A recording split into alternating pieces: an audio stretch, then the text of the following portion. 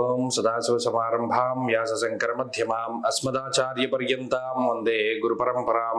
జ్యోతిషాస్త్రాన్ని భావతరాల వారికి ప్రసాదించిన ఋషుల యొక్క పాదపద్మాలకి నమస్కారం చేసుకుంటూ, అలాగే నాకు జ్యోతిష విద్యను నేర్పిన గురువర్యులు జ్యోతిష బ్రహ్మ కీర్తిశేషులు శ్రీ ఈరంకి సూర్యనారాయణమూర్తి గారు, సూర్యశ్రీ దైవజ్ఞ గారి యొక్క పాదపద్మాలకి నమస్కారం చేసుకుంటూ, ఓం శ్రీ మహాగణాధిపతి నమః, శ్రీ గురుభ్యో నమః, హరి ఓం. వీక్షకులందరికీ నమస్కారం. కర్కాటక రాశి వారికి ఈ వారం ఈ పంచగ్రహ కూటమి కొంత వ్యతిరేకమైనటువంటి ఫలితాలను ఇస్తూ ఉన్నది. ఎక్కువ మనం గ్రహ ప్రభావాన్ని పరిశీలన చేస్తే అష్టమ రవి, అష్టమ రాహు, అష్టమ బుధ, అష్టమ చంద్ర స్థితులను బట్టి అటు వ్యయస్థాన స్థిత గురుడు కానీ, సప్తమ స్థాన స్థిత కుజుడు కానీ, ఈ రెండవ స్థానమందు ఉన్నటువంటి కేతువు కానీ, భాగ్యమందు శని కానీ, టోటల్గా 9 గ్రహాలు ప్రతికూలంగా ఉండేటువంటి పరిస్థితి. అంటే గోచారంలో దాదాపుగా అన్ని గ్రహాలు వ్యతిరేకంగా ఉన్నటువంటి వారంగా కర్కాటక రాశి వారికి ఈ వారం చెప్పుకోవచ్చును.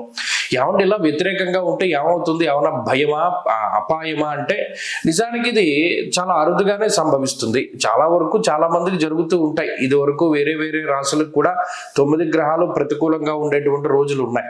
అప్పుడు ఏమవుతుంది ఏంటంటే మనం ఏది పట్టుకున్నా అది అంత సక్సెస్ఫుల్ గా ఉండదు.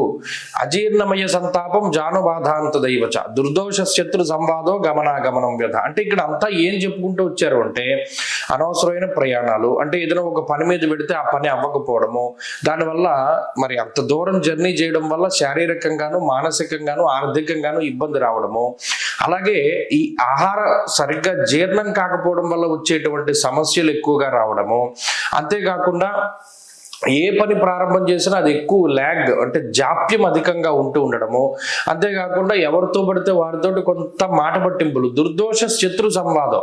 మీ దోషం లేనప్పటికీ కూడా ఎదుటివాడు వచ్చి మిమ్మల్ని ఏదో ఒక మాట అనేటువంటి పరిస్థితిలో ఒత్తిడి ఎక్కువగా ఉంటూ ఉండడము, లేదా 4 కాళ్ళ జంతువుల వల్లనో లేదా విషపూరితమైనటువంటి జంతువుల వల్లనో కొంత భయం కలుగుతూ ఉండడం, లేదా వాటి యొక్క దర్శనం. అంటే ఎప్పుడు కనబడదు పాము, మీరు వెళ్ళిపోతూ ఉంటే కనబడుతూ ఉంటుంది. లేదా ఏదైనా ఆకాశంలో వెళ్ళేటువంటి కొంత అరుదైనటువంటి విషపూరితమైనటువంటి జంతువులు, గుడ్లగోప, గడ్డ, రాబందు, ఇటువంటివి ఎప్పుడు మీరు చూసుండరు, కానీ అటువంటివి దర్శనమిస్తూ ఉంటాయి.